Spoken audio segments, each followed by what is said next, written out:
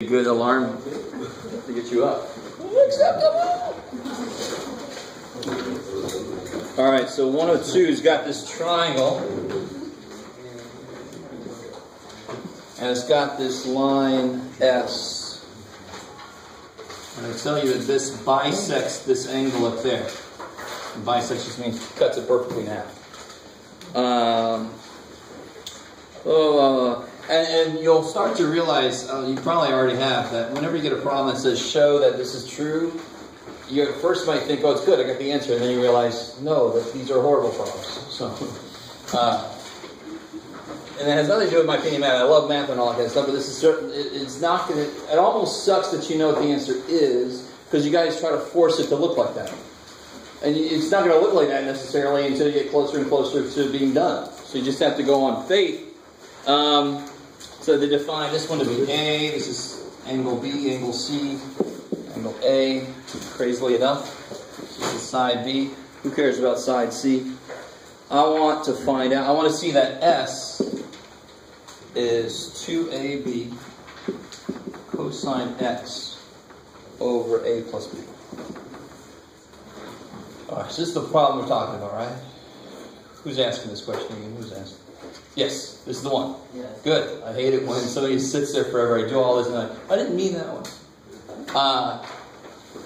So where would you start? And it tells you, hint, use law of sines.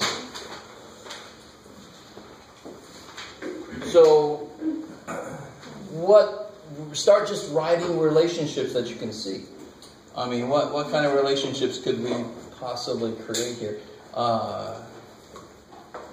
Yes? Sine B over S is equal to sine... Alright, so let's see. So I could say sine B over S is equal to... So which triangle am I working with?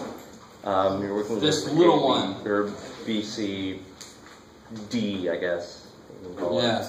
And this is not part of the answer, but you can certainly kind of give these guys some, let's call this one, we'll call it C1, we'll call this one C2, and then the whole thing is just C. How does that sound?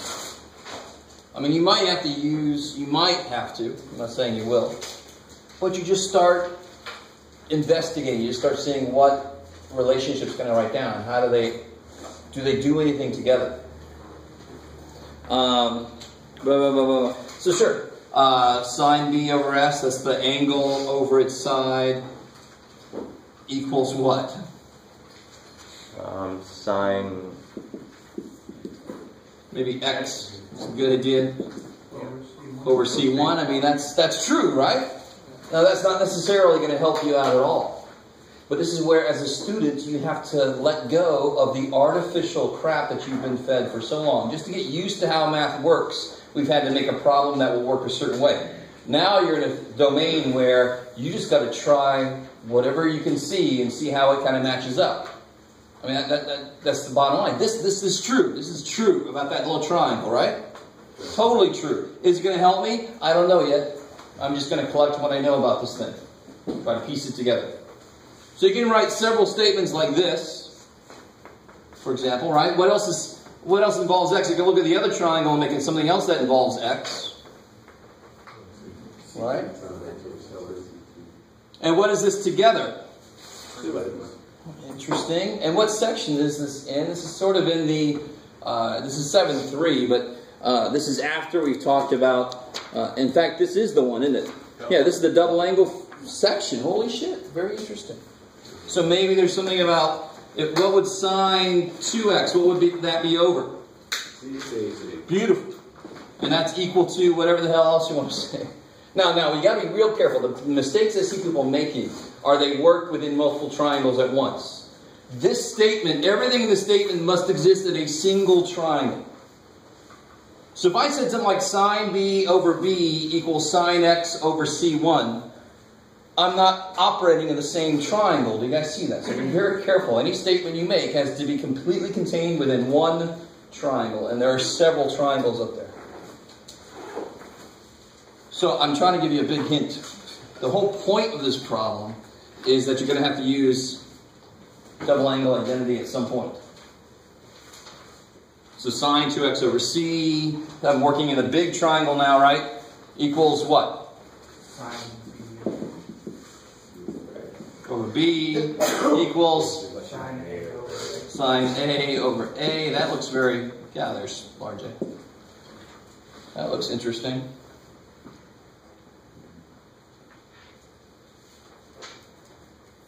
Sure, Jeff, whatever you say, man. Alright. Does that at least get you started? I mean, is that further than you made it? I've forgotten again who's asking us. Yes. Okay. That's further. Okay, good. So just continue in that, and you're not going to get anything that looks anything like that at all for a little while. Now somehow you're going to connect this. This looks very interesting, but you want to connect it to s somehow, right? But sine 2x is what? How do you expand that? Sine 2x. 2 sine x. Cosine x. So that is related to that. It looks like you might do some substitution kind of thing. Do you start to see what I'm saying here? That's as much as I want to say about that, because you have to go through this. Can you make another triangle, like the one you did for the smaller, and then like add them together? Do it. I'm sorry, say again. The sine b over s equals sine x over c1. Yeah. You can make another one for the other triangle. And sure. Add up to sine of 2x over c, right?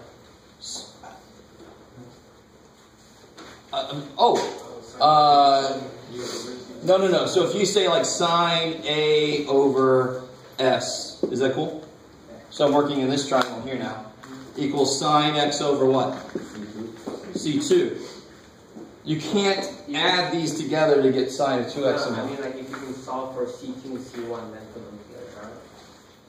Yeah, sure, exactly. Good. I love it. That's now you've said more than I wanted to say, but that's kind of when you do this thing, you're thinking that maybe at some point you're going to use the fact that those two add to be big C. That's huge, right? Probably a good note to take right there on that problem. I'm going to let you guys keep going on that problem. That's more than I wanted to say, so. Cool. I like it. You're like, you didn't say it, do you? Or you're right.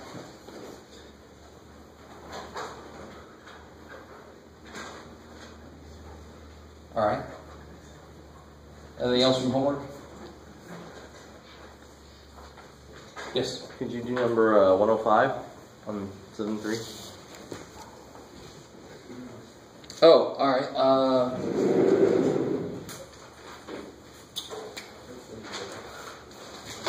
So you got this log.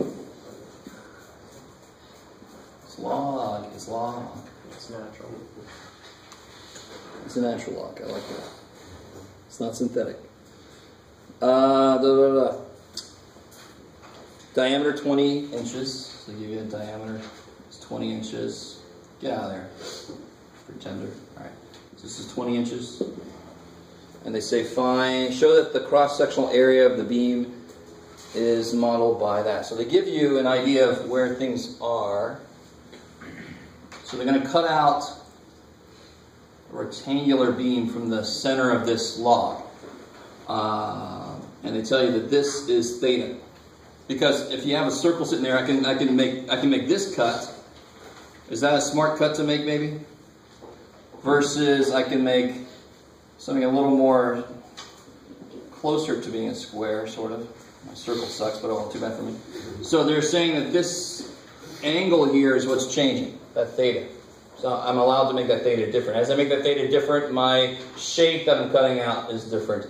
Some shape represents the maximum area that I can get out of that log. So I'm wasting less log, right? You guys get the idea of the problem? Okay, good. So how do I write an expression for the area? The cross-sectional area, of course, the beautiful thing about the cross-sectional area is it's a rectangle.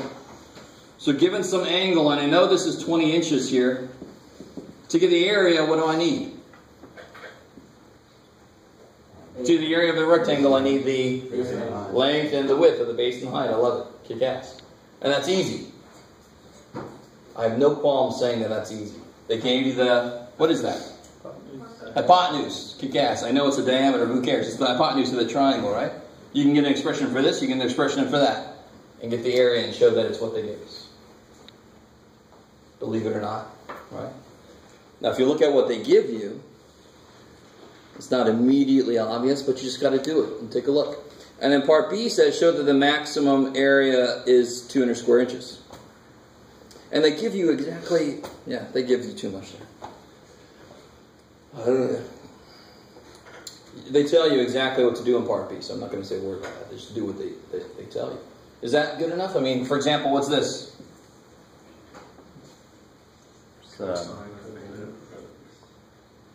You do it?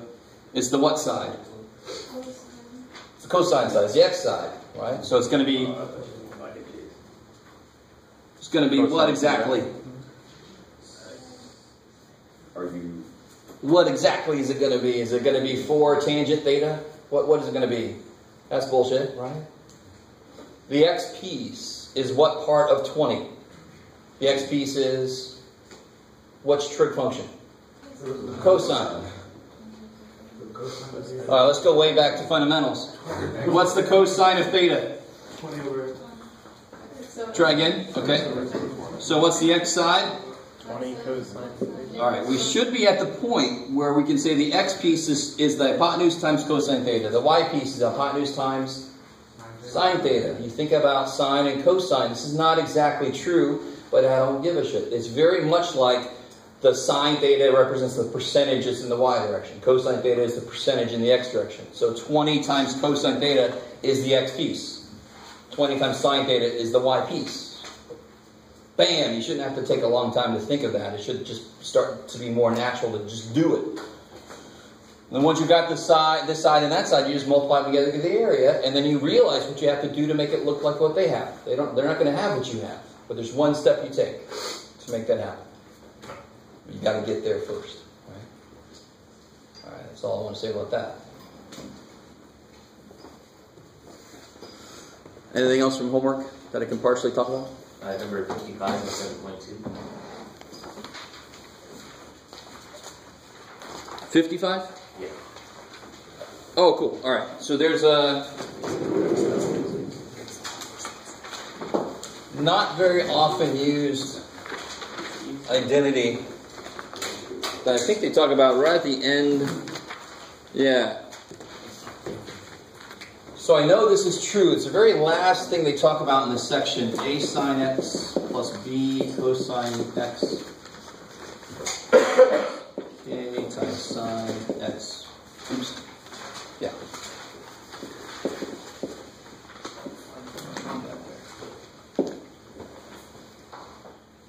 I like it. And so this little phi dude is very often used for the phase shift of something. Makes sense? Phi, phase shift, phi. So it makes sense. I'll have to say it like that for it to make sense. And then they tell you, right after this, they tell you how to calculate everything. K is the square root of a squared plus b squared, which sounds a lot like it's something related to Pythagorean theorem, right? It actually is. I was going to stand there and just keep making faces. And then they tell you that cosine phi is a over square root of a squared plus b squared.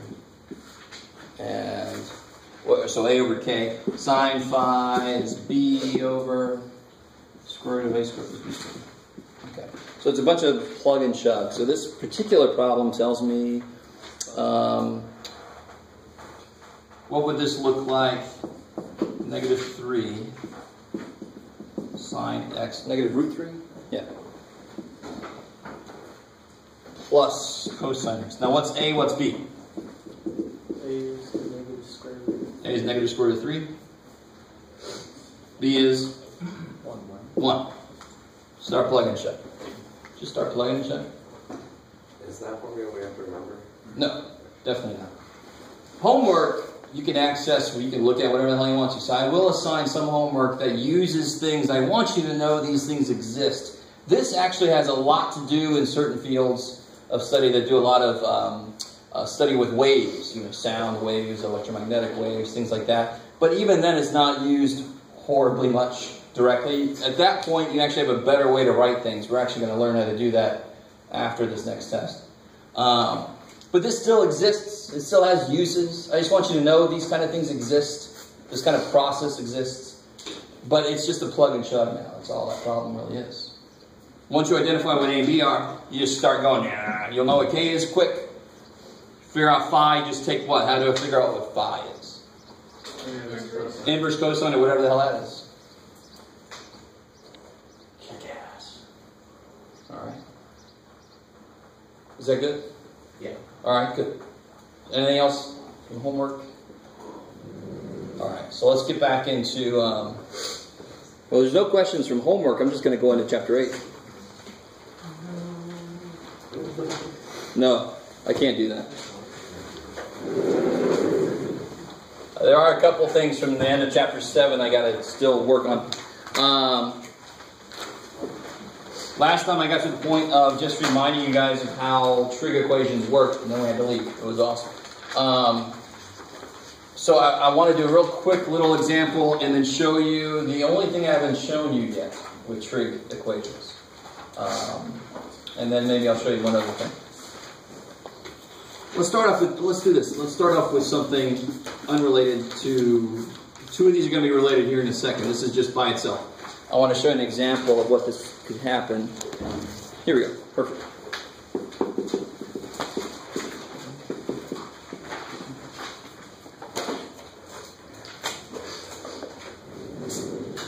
So one thing to look for in identities or solvent equations that came up the other day is if my angles aren't the same, I kind of want to force them to be the same first. I want everybody talking about the same angle variable.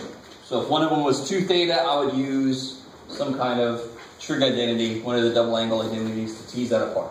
So everybody's talking about theta. How are we doing there? Sort of like everybody talking about feet, instead of this guy's talking about feet, and he's talking about inches, and he's talking about meters, and then our Mars Explorer crashes into Mars. Sucks. All right, look it up. It happened. So what? This is not that. They're both talking about theta, but what else sucks about the way this is set up? 1 squared. Yeah, 1 squared, which is not as bad.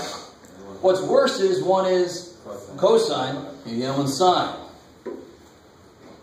So which one of them can I actually attack to write in terms of the other guy?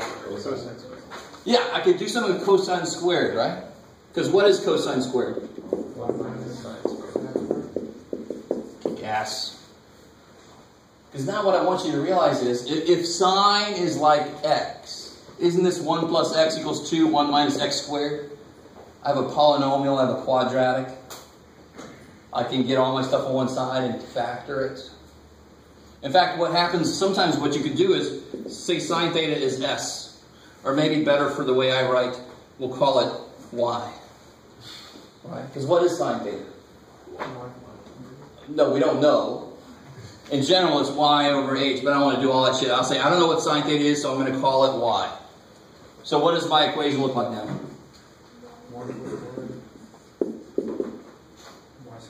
Alright, cool. Now solve for y, and your brain kind of kicks in. You're more used to this. You're not used to treating trig functions like they're y squared or x squared and stuff like that, but they really are.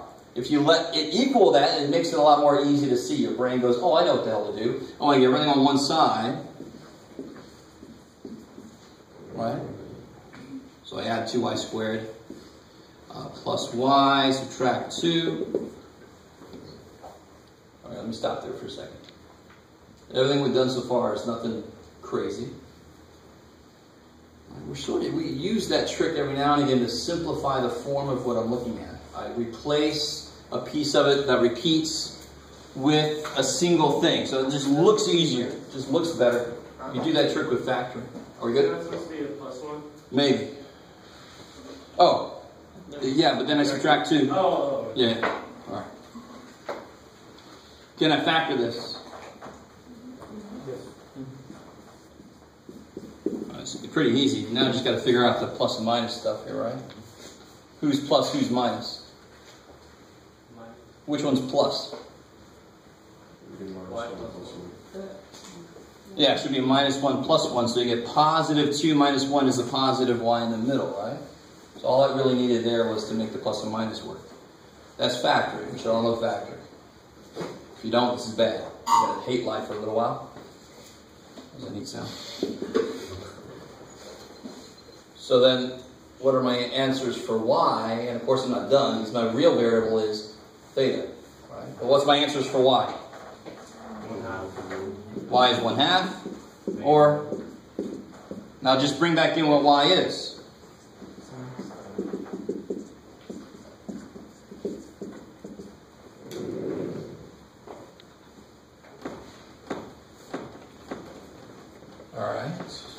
Let me stop there for a second. So several of these are going to involve factoring. Sometimes you have to look at it as you can replace it, or you don't really have to if you're able to handle just leaving a sign in there, but it makes it easier to look at if you replace the repeated trig function with just a variable, y or x or whatever. Now I've got my two parts, my two possibilities. What comes off of this guy? The 1/2. What angles work for that? What's my base angle? 5 or 6? Good. And 5 pi over 6. Because those are the two places where sine is positive. I like it. Are they equidistant from each other in all directions? No, they're not. So I know I'm going to need how many lines to answer this? 2 lines. I love it. Because these are my base answers in 0 to 2 pi. I want to build on top of that all the other answers. So far we've discovered the answers that live in here. Right? And so sine theta equals 1/2. So I'm going to find this guy and then this guy. Right? But then of course this guy, and then there's more. There's another one there, there's another one there. And if I go backwards, there's another one over here, there's another one over there. Oh crap, and then of course there's an infinite number in both directions. So I find the base ones. And of course, what do I do once I get that? What do I do on top of this? Because the period of sine is... So if I had a tangent problem, of course we had a tangent problem before, but they all kind of lined up. But normally what I do for a tangent problem is I would put what here? Because the period of tangent is pi. I like it. And so the other part of this is x is 5 pi over 6 plus 2 pi. Okay? So there's a couple things. Now for this guy, what's the only time sine theta is -1? I like it. So at at 3 pi over 2. Now you could call that negative pi over 2 and I would not have a problem with that at all because I need to pick up the negative answers and the positive answers. Who cares what you build off of as long as you go in both directions from it, and that's what this means. You're adding, because k could be positive or negative. To make this point real clear. K, in general in mathematics, is considered to be any integer. N is considered to be any natural number, which makes sense. N, natural number. Don't give me crap about k, integer, right? It's the silent k. Right? So this means going in both directions, which is good. So here, the base answer is 3 pi over 2. And what do I do all for that? That's crazy. Plus 2 pi k, because if any full rotation I take gets me back to the same place again, right? Do you guys get the basic idea of, to solve a trig equation, there's more than likely going to be an infinite number of answers, because if it works in one place, it's going to work in an infinite number of places, because how many times does it get there? An infinite number of freaking times. That part by itself should make sense. And that's what this piece represents. Normally it's going to be plus the period times k, because that's how long it takes me for it to get back to that same value. But if these happen to be equidistant, maybe I could do both of these lines in one line and then all bets are off. Just whatever works there for that to be picked up, all those answers. But normally this is going to be the period of whatever trig function I'm looking at. I like it. Cool, cool. Okay. So those are my answers right there, all three of those little collections. So somebody tell me, to get this answer, I know this answer is true, what would I have to let k be? I know this is an answer, don't I? Because if I go back pi over 2, I'm right where it's supposed to be. What would k have to be to make that get there?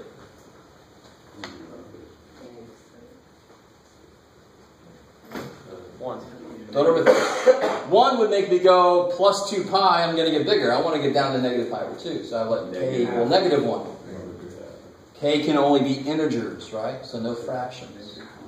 So if I do, what's 3 pi over 2 minus 2 pi?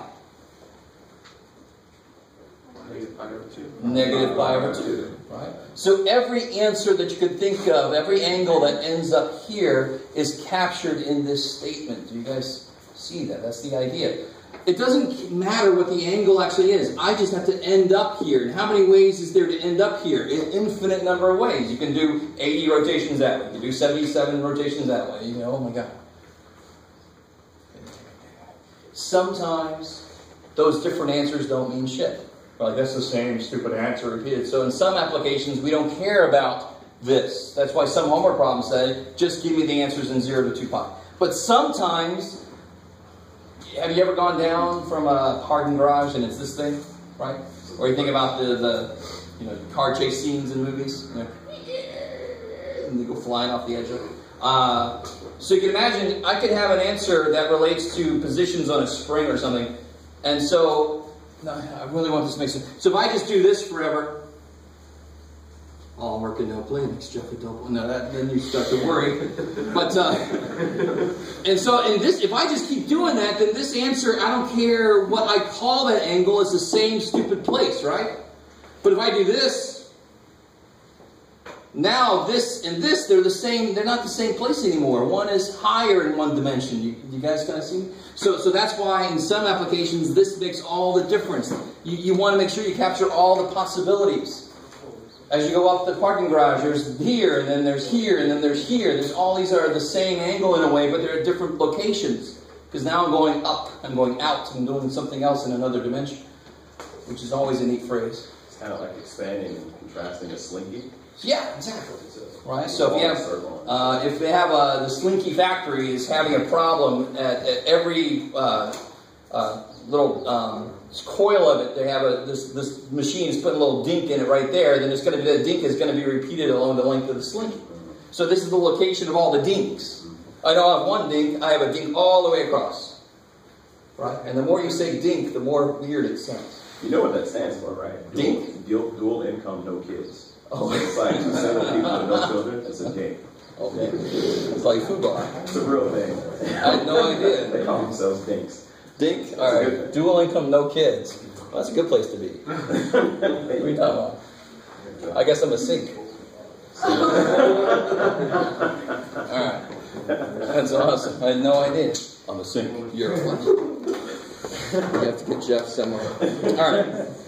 So here's the other possibility. So this is what I would call a basic trig equation problem. This is a basic trig equation problem. Now what I'm about to show you might freak you out at first, but I desperately hope you realize it's not that different from what we did here. What if you're already freaking out? If you're already freaked out, don't freak out more. Just stay at the level of freakedness you are now.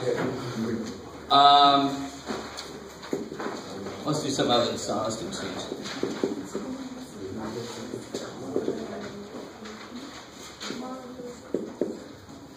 I like it. Now, just give me your first impression here. What are you concerned that you might have to do? What's different with this equation? It's already given you an angle. Yes, there's a 3 inside, not just a single variable inside. There's a 3x inside. So some of you might be like, do I have to make it 2x plus x like we did in some of the homework and then use a double angle on a tangent? That's disgusting. No. What you do is awesome. What you do is you first pretend like there is no 3. Right? There is no spoon. Right. So, you say 3x itself is an angle. Of course it is. If x is 2 degrees, then that's 6 degrees. It's its own angle. So you solve for 3x first, all the way. You solve, like you get an expression, 3x equals stuff. And then the last thing you do is divide by 3. It's almost too easy. So let's see real quick. Who can tell me what this angle has to be in order for it to be rad 3 over... Get out of there, rad 3 over 2. Let's make a rad 3. I think my brain was still on sign. So what does it have to be? What does it have to be to make this rad 3? What angle am I at? Which angles work? Pi over 3, cool. And what else? Chance's got to be positive. So where else is it positive? You careful. Went a little too far. 4 pi over 3. Like it. And how far apart are these two answers? All right. Yes. So do I need? Well, I need 2 lines or 1? 1, because it takes pi to get there and then it takes pi to get back. So they're equidistant on both sides. I can capture both of them with 1 step size. Well, let me show you. This, all of these have the same step size, right? But they weren't all equally spaced. So I couldn't catch all of them with the same step size. Here, if I make the step size pi, I can catch all of them. I can catch both of them. With 1 step size, a pi will get me between all of them. Hopefully that makes sense. Because they're equally spaced. Now, is that the only way it could be equally spaced? I could have something like, what you got, Jeff? I don't know, Jude. Something like that could be equally spaced. Right? If I draw it carefully.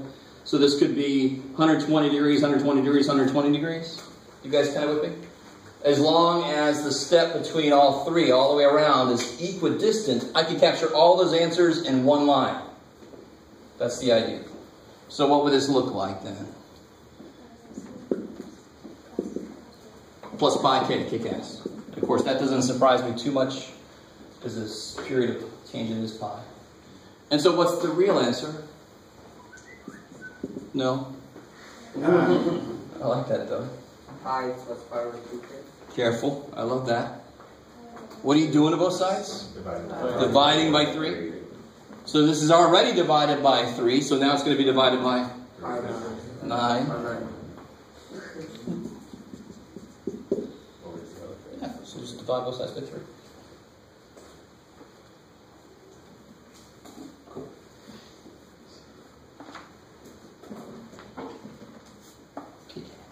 So let me ask this. List all the answers between 0 and 2 pi. Why is this picture not applicable? Because this picture dealt with what angle? 3x. How do I know I'm done solving it when I get x by itself? So I want all the answers for x between 0 and 2 pi. So how do you think you do that? You can do it. Make the denominators the same? What do you allow? What's one answer? What's like the base answer of this equation? Pi over 9. That's if k is 0, right? If k is 0, I get pi over 9. What if k is 1? What do I get? Plus pi over 3. Yeah, pi over 9 plus pi over 3 is pi over 9 plus 3 pi over 9. 4 pi over 9. It's crazy. What if k equals 2? Well, now you should see what you add. You keep adding 3 pi over 9, right? 7 pi over 9. Am I still within 0 to 2 pi? Yeah. Good. So you keep doing this until you're not within 0 to 2 pi anymore, and then you stop.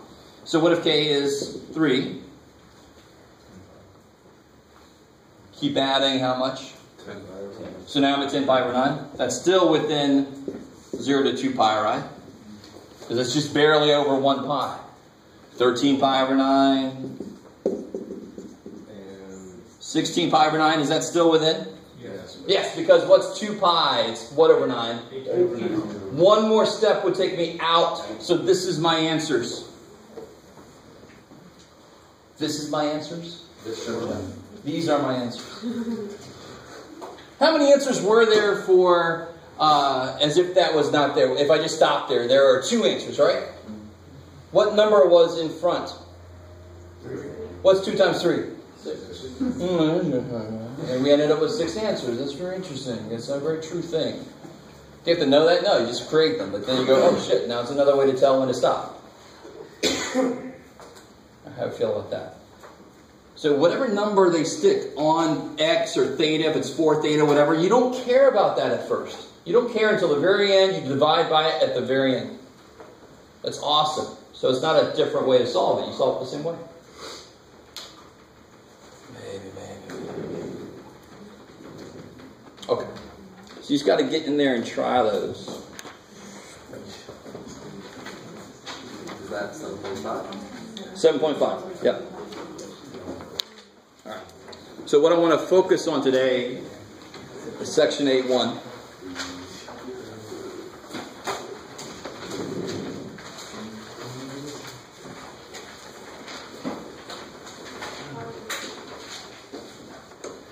And this is sort of exciting for me because some of you guys have never seen this before, possibly. We're very used to the XY plane. And did I ever tell you about where that supposedly came from? With Descartes laying in his bed sick, watching a fly walk around the ceiling. Did we talk about that? Alright, beautiful.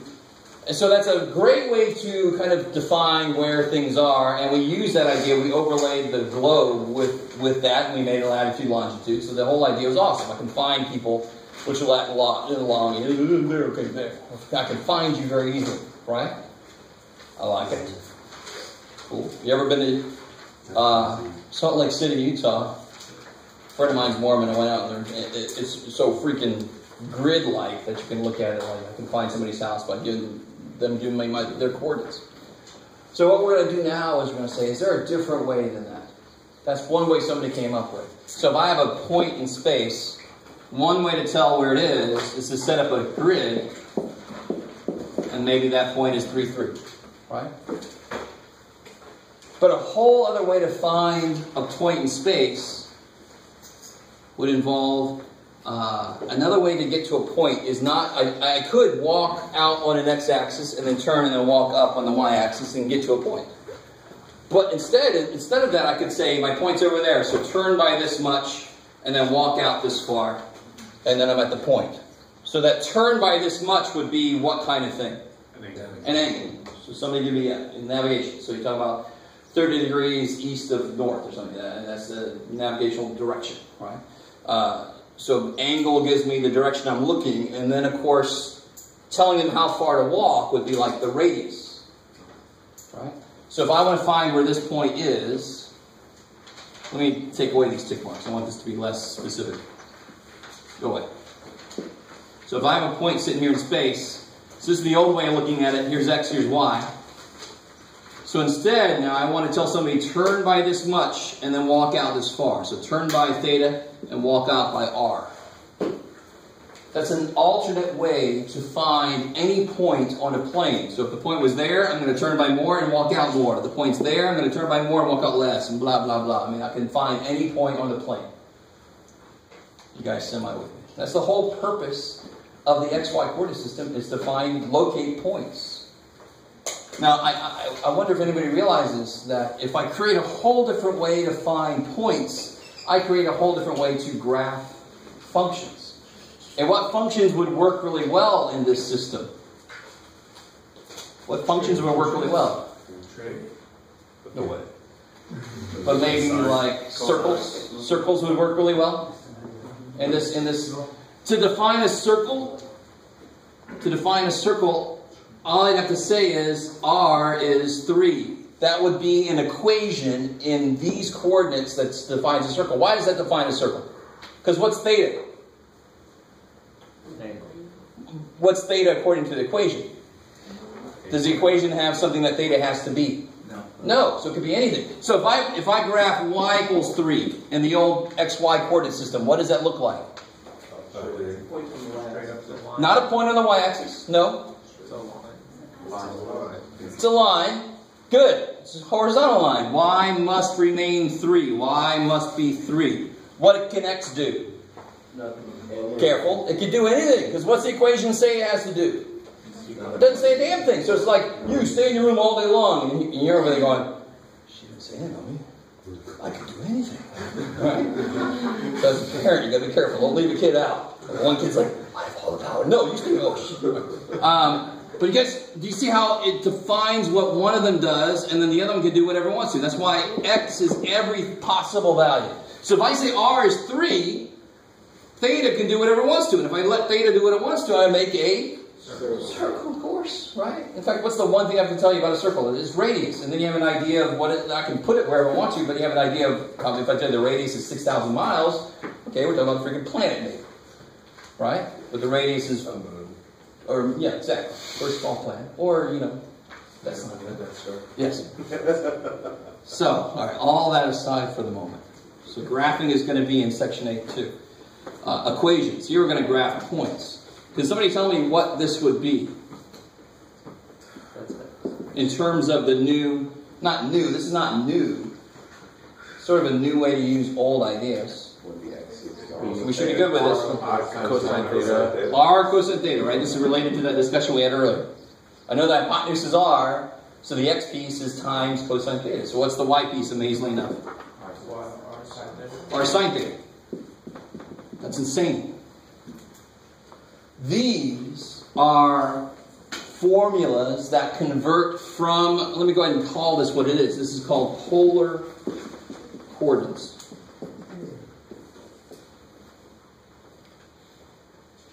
Polar coordinate system. Right?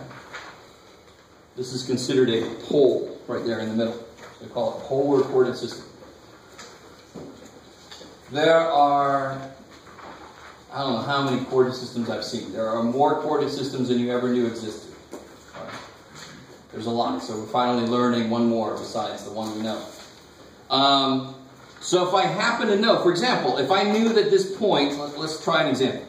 If I knew there was a point, theta was 60 degrees, and r equals 2. So there's the point, right? I turn by 60, and I go out 2, and I get to the point. And somebody's like, I don't understand. Can you put it in XY for me? And I'm like, fine. Could you put in XY? Yeah. Yes. X would be 2 cosine 60, which is?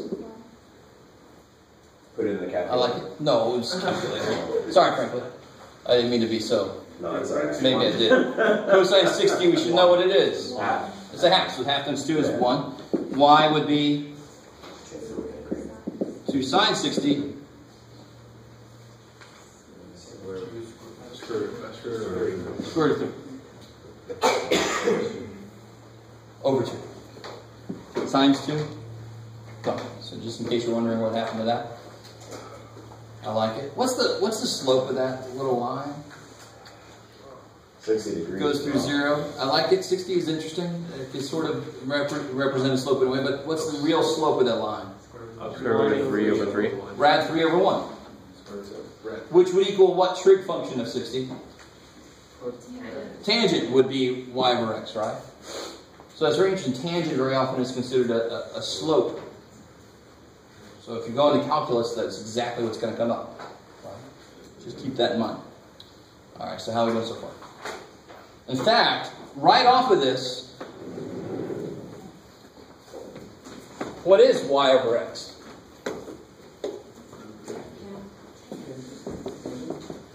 Yeah, but use this. I don't know. Do you actually use this? We're going to verify that. Y is r sine theta.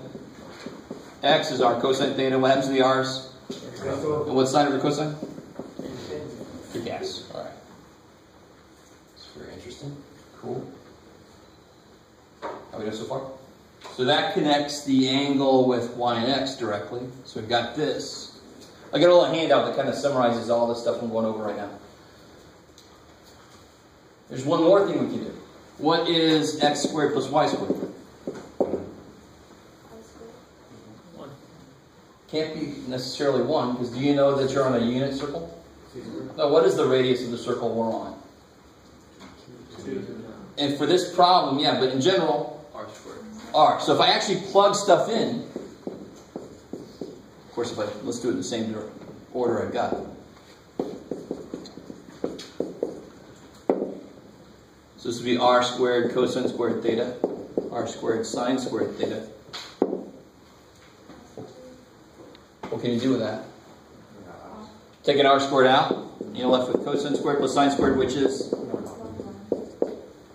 you get r squared. So x squared plus y squared equals r squared. Of course, we've known that for a long time. Yes. So what's that mean? Now these two are conversions from x and y into polar. This is converting from polar to rectangular xy. This is converting from xy into polar. All right. So let me give you this. think I've said enough for this to mostly make sense here.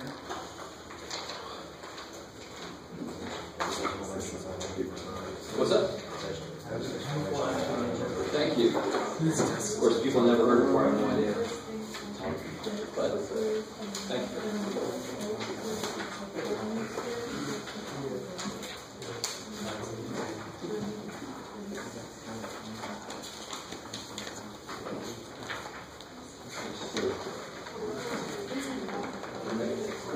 Don't freak out too much here.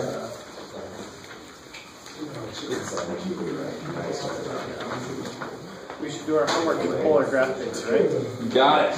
So guys, now that Google exists, you could Google image search polar coordinate or just polar graph paper. And you can print out polar graph. This is one of the ones I like kind of the best. There's so many different versions of it. But I like this one a lot because it uses pi over 12 as a step, which is perfect. Because then that captures all your 6s and 4s and 3s that we're used to, right? And the bottom is empty, but oh well, you can just fill those in as you go along. Well, let's not go there first. But that's the big do. That's what catches your eye. This is now, instead of an XY plane, is this the room that's got that? Yeah.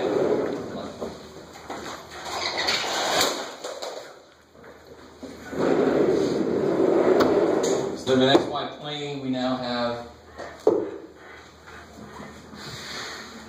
polar coordinate system. Sorry.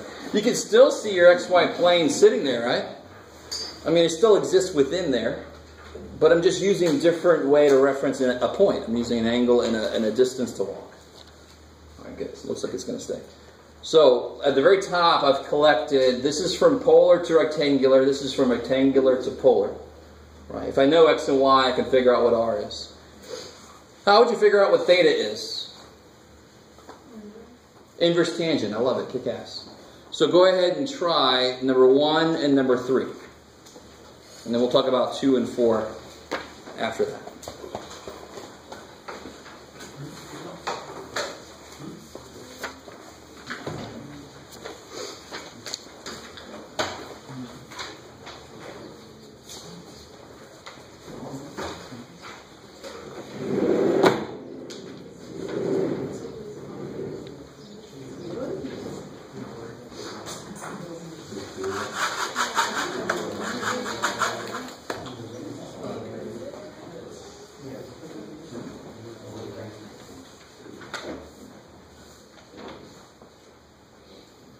Oh yeah, so be very careful. Polar coordinates are, for whatever reason, there are theta. Which always, to me, seem backwards. Because theta I think of as my input, sort of like X. But it just was chosen to be R theta. Way back in time. Which one are you going to touch here?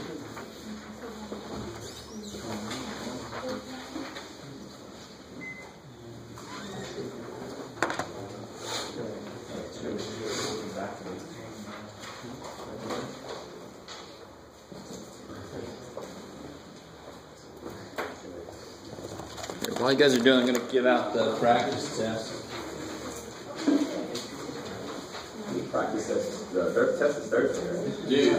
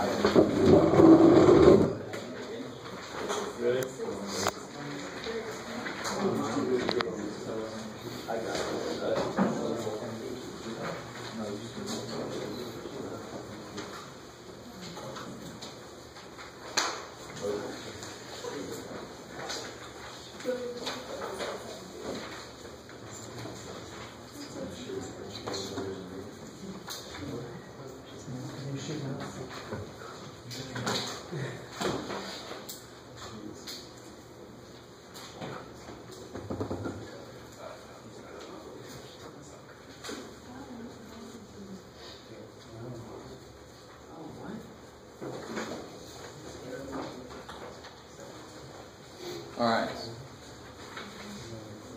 So these should be relatively quick, if you understand what's going on. So for the first guy, what will x be? How do I set that up? 4 pi over 3. And of course, you can always think, just to go in, what quadrant am I in? Good.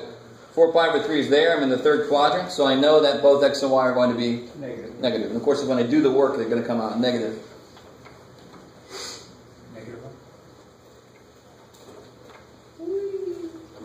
Cool. Yeah, so cosine of 4 pi over 3 is negative 1/2, and then times 2, I like it. So negative 1. So y is going to be 2 sine 4 pi over 3. Negative root 3. I like it. Kick ass. So if I plotted these points down here, they would end up in the same place as negative 1 comma negative root 3 would. They represent the same location in space. Just two different ways to identify it. Cool. I like it. Part B works the same way. Now here's what's interesting. What do you think is true when r is negative? I can tell somebody to turn by a certain angle and then walk forward, or I can tell them to walk backward. I like it. So you had it. So which quadrant will I really be in? Which quadrant is 7 pi over 6 in? 4. Good. Well, not fourth. Third. So if I tell them to walk backwards, so I'm going to have them face 7 pi over 6, which would be right here. I'm going to have them face this way but walk backwards, so they're going to end up in the first quadrant. I love it. So there's another way to write that same point a little better, with a positive 12. Can somebody tell me how to write that with a positive 12? What would the angle be? Beautiful. So instead of telling them, so here I am facing 0 degrees, and it says turn 7 pi over 6. Okay, I got to turn full, and then a 1/6 of a pi. Now walk backwards. What? Is this a surprise? You know? So, and then say your ABCs backwards at the same time. Oh, shit. So instead of saying all that, I just tell them turn pi over 6 and then walk forward. It's going to be the same. I'm going to get to the same place. So of course, how many ways is there to represent any polar coordinates? More than 2. Infinite number of freaking ways, really, if you want to get down to it, because I can add rotations on it, right? You with me? But basically, you can have a fundamental, a few different ways to do it. 4 different ways, really. You can have 2 for positive r and 2 for negative r. If you think about it. All right, I'll let you think about that for a second. Okay. So this would be 12 pi over 6. Now, do you have to actually take this step to do this problem? No. If you just work the problem out, so if you guys did negative 12 times cosine of 7 pi over 6, you'll come out fine. What is cosine of 7 pi over 6? Yeah, I'm in the third quadrant, right? Cosine of 30 is the bigger one, so I like it. Who said that? Negative root 3 over 2. But the two negatives, of course, cancel, so I end up with 6 rad 3. All right, let me stop there for a second. Is that cool? So that would be the x length. If I told somebody to turn pi over 6, or 7 pi over 6, and then walk backwards 12, they would end up walking 6 root 3 on the x-axis. And how much on the y-axis? Negative 12 sine 7 pi over 6. Negative 12 times, well, if that was negative rad 3 over 2, this one's got to be negative 1/2. Nice 6. Cool. And if you did the same work using this, you'd get the same answers, of course. Because then nothing would be negative, and then so they all end up positive the same way. All right, maybe. All right, so what about down here? This one's always a little bit harder to kind of do. But here, of course, I know this is x, this is y, so r is the easy one to get. What would r be here? The square root of 3 plus 1, so 2. Crazy, right? So we see where the 3 came from, right? And just squaring the x and the y. Rad 3 squared is 3. 1 squared is 1. Okay, maybe. So theta would be inverse tangent, like somebody said, of y over x. So what would this look like inside?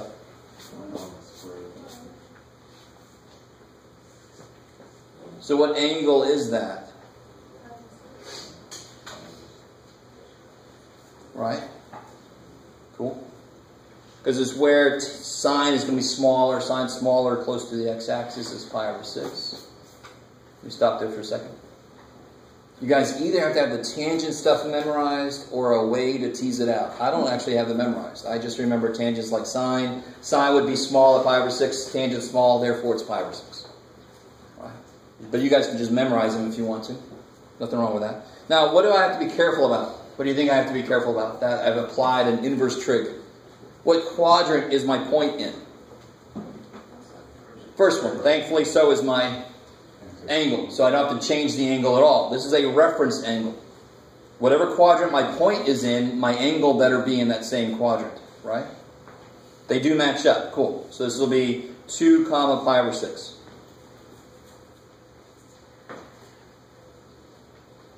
Let me get some more room. Has everybody got that there? Is that cool? You guys see how this works? So these are just conversion formulas. They're almost like converting feet to inches. If I have polar, I use this to go to rectangular. If I have rectangular, I use this to go to polar. Why, when you were going rectangular to polar on number 3, your tangent theta, why did you use inverse? Oh, because to get theta, I take the inverse tangent. Right? To get theta by itself, inverse tangent both sides. So you're solving for theta. Exactly. What about this guy? So what is r equal to?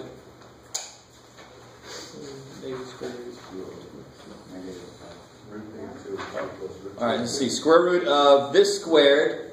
What's that squared? 2/4 plus that squared 2/4, which is 1. He asked. Why is that not surprising? Rad 2 over 2, rad 2 over 2, those are on the... What kind of circle? Unit circle that has radius 1. Alright, that's why I'm not surprised. The earlier one, rad 3 and 1, those aren't on the unit circle. That's why the radius was not 1. The radius was 2, of course. Right? How do I get theta? This one's kind of nice. Inverse tangent of y over x. But of course, they're both the same except one's negative, so this is negative 1. Where's tangent negative 1? Alright, so you can say it a few different ways. You could say negative pi over 4. Nothing wrong with that, really.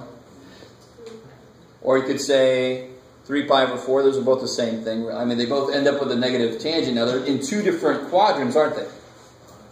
Which quadrant am I supposed to be in? Which quadrant would this be in?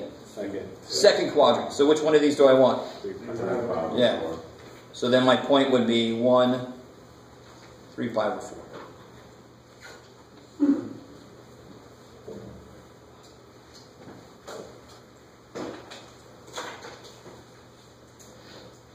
Okay, maybe.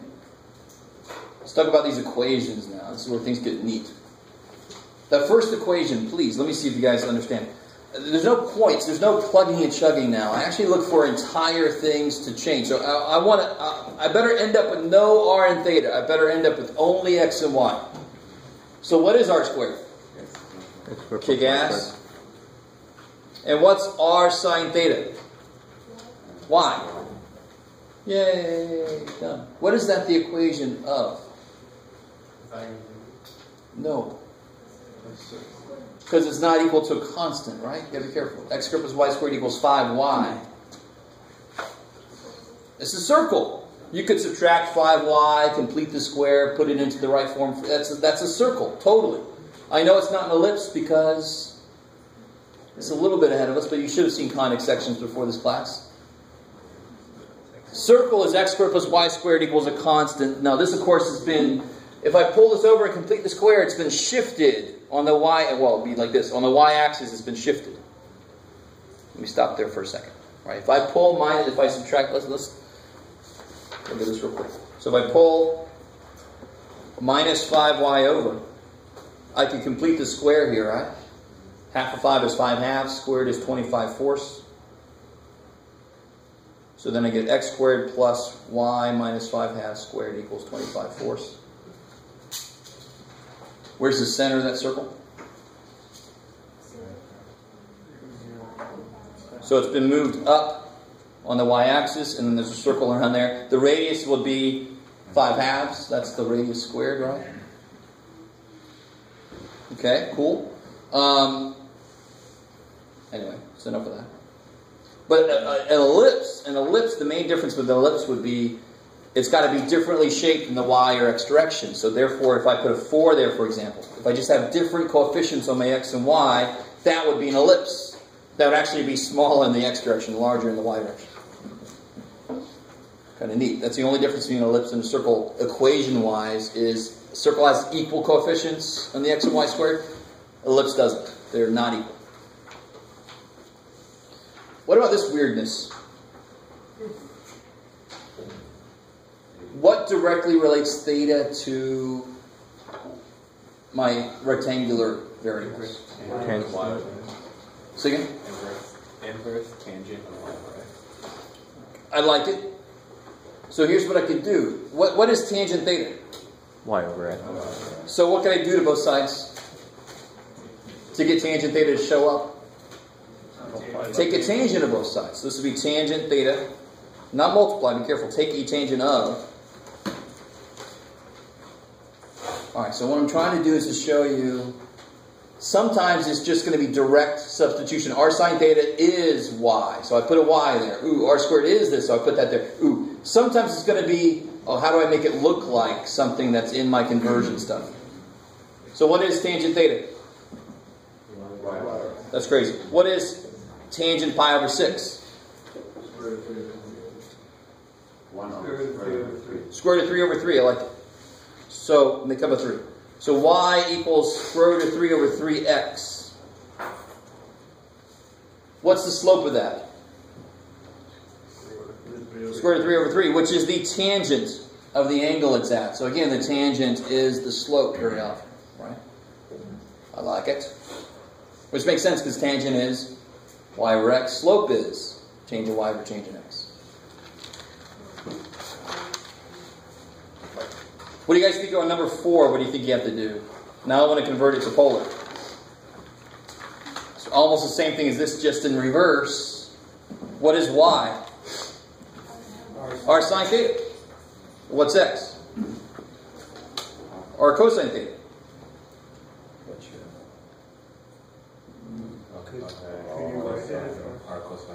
You can multiply that up and make it r squared sine theta cosine theta equals 1 if you want to. Neither one of those is better than the other one, so that's fine. You could even make this 1/2 a sine 2 theta, but let's not go there. We'll just stop there, sorry. And what about this one? This one's not too bad. What's x squared plus y squared? R squared. I love it when people put r squared cosine squared, r squared sine squared. I mean, that's right. You'll get there eventually, but that is just r squared. And what's x? R cosine.